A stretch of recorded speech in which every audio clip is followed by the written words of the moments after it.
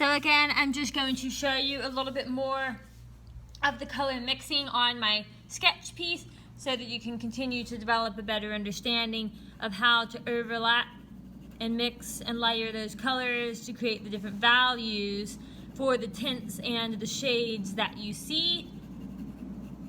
So remember, in the last video we had started on the warm color sort of side, going from the green through to the yellow green, and then the yellow, and the yellow orange, and the orange, and then sort of ending with the red.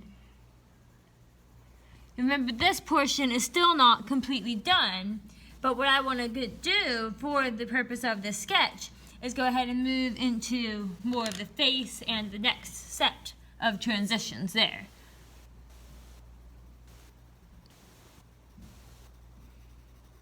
So again, still just looking for where the shadows are, because that's usually a good place to start with your shading. You just want to make sure that you don't start with it super dark from the beginning. Because once again, as I've said before and will continue to say, shading is very relevant, very relative as well. So essentially your darkest darks are going to be dependent upon how dark your reference image is and how dark other darks within your drawing are. Turn the page.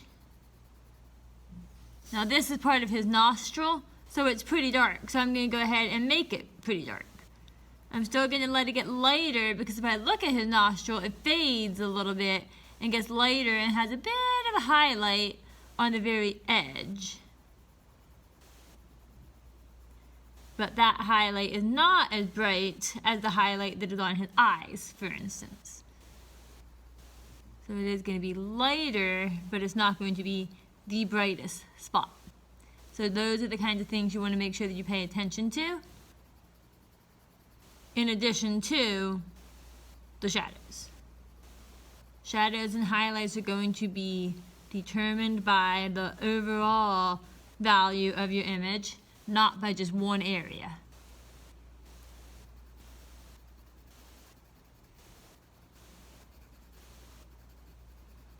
So then this part of his head is kind of dark, so I'm going to go ahead and go in with the dark value.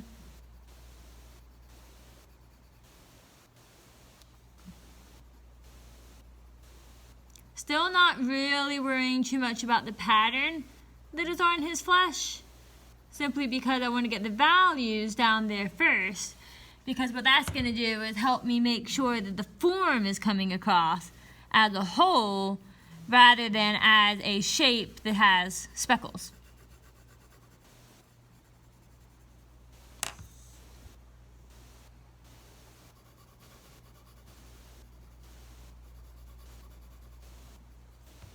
So then I'll go back in with some of my green in some of these areas to make it more of a blue-green.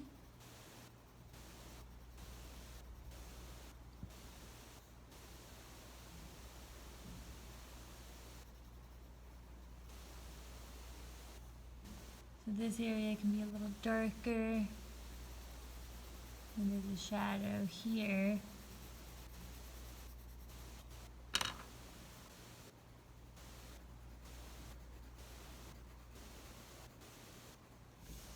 There's a pretty significant shadow on this part of his mouth. So again, each time you are shading, you should go from dark to light for the most part. Make sure that you are making gradients. Some people do prefer to start in the lighter areas, and that's fine too. Just make sure that even if you do that, you're not having any harsh value transitions. You want it to be as smooth as you can, unless it is actually a harsh value transition on the image that you are shading. Like if it's metallic or something.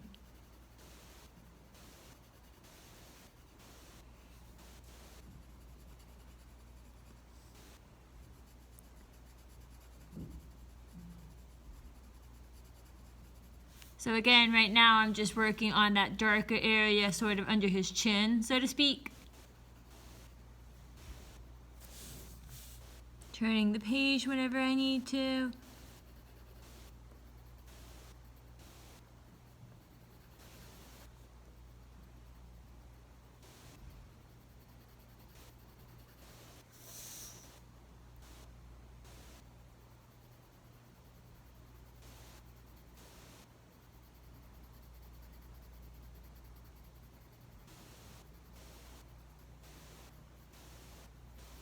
So he has almost a shape here, which brings me to another very important point of looking for the shapes that the shadows make.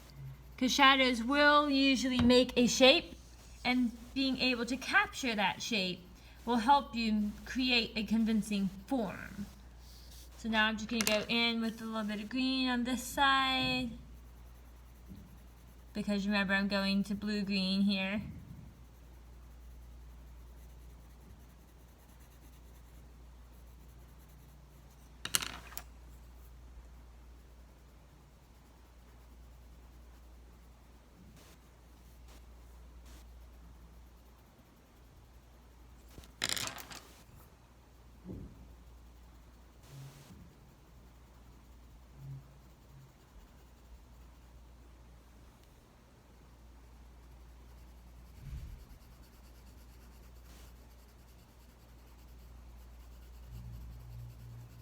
So again, all still very light, not anything fully shaded yet.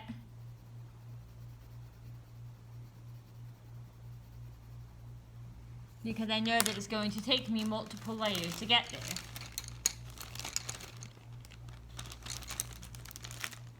So now I'm going to go in with a little bit of violet. So I can find one that's already sharpened. Because now I'm going towards my blue violet. Remember to leave that highlight alone. Leave it white. We can always adjust the highlights later if we leave them white at this point. However, with colored pencil and with watercolor, the best thing to do is if you do have a highlight, leave it white until you're ready to deal with it. Otherwise, you will probably make it too dark. And if you make it too dark, it's much harder to fix. Much, much easier to shrink a highlight than to make it bigger.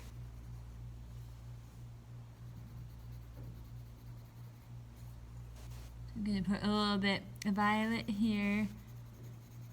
Because then when I go over that violet with my blue, what's going to happen is it's still going to be a blue violet, but since the blue is on top, it'll be a bit of a bluer blue violet. So to speak, which is exactly what I want to be in between my blue and my violet. Different shades and different types of blue violet.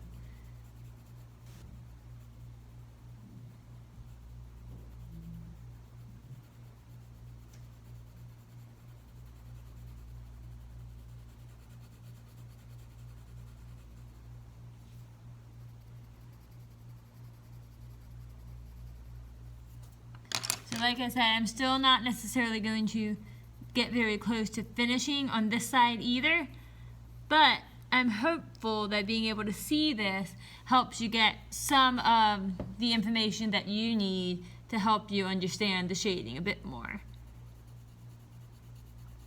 The biggest thing that I can say is to look at your reference image and look at it a lot.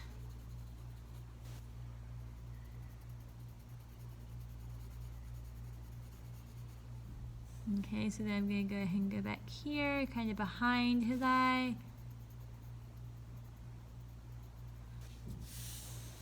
And then I'm going to turn my page, just because for me it's easier to make a gradient going this way.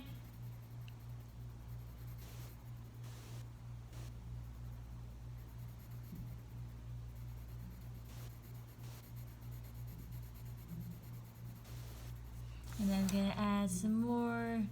Remembering to pay attention to the lines that I am creating, so that if I leave any visible lines within my shading, they help enhance the form rather than flattening it.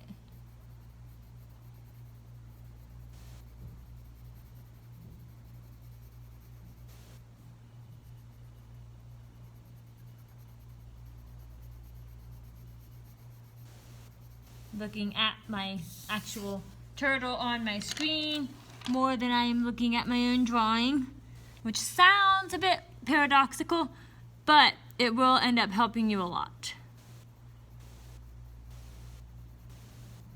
You'll get used to that. So now I'm just going to put my first little bit of red in here, mostly to separate the shell from the face. I'm not really ready for my red violet yet, but at the same time, I know I'm headed that direction, so it's okay to use some extra red in there to help with separation. Go back in with some blue.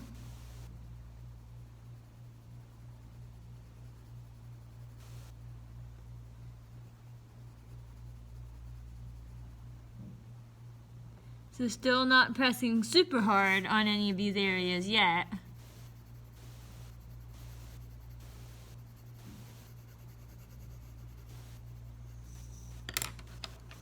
And it's a constant back and forth, back and forth, back and forth. It does take a while. Remember, this is just a quick demo.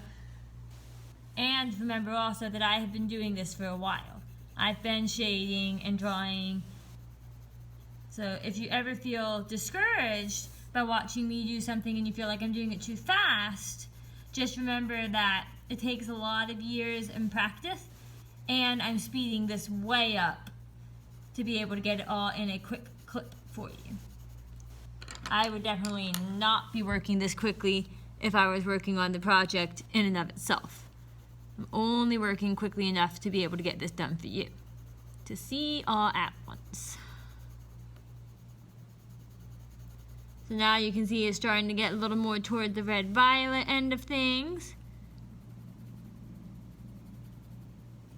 I'm still going to go back and forth with my violet and with my red.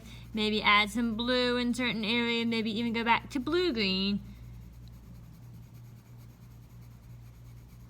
Because I want to make sure that as I continue going throughout the sea turtle, the color wheel looks gradual and like it makes sense as you go from one color to the next.